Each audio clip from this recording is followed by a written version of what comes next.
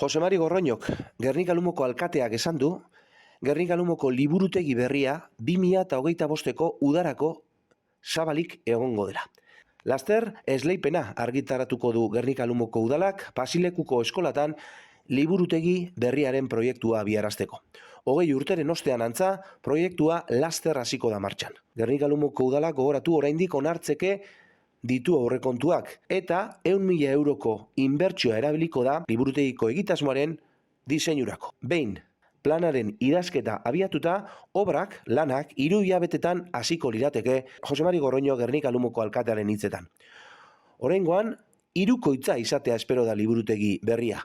715 metro kuadro guztira. Guztira, 5.000 bazkide daude Gernika Lumoko liburutegian. Eraikinarekin batera, bulegoak, komunak eta beste zerbitzu batzuk lituzken beste eraikin gehigarria egongo litzateke aldamenean. Eta erabakita dagoia da Gernika Lumoko liburutegi berriaren izena. Jose Antonio Arana Martija udal liburutegia izango da.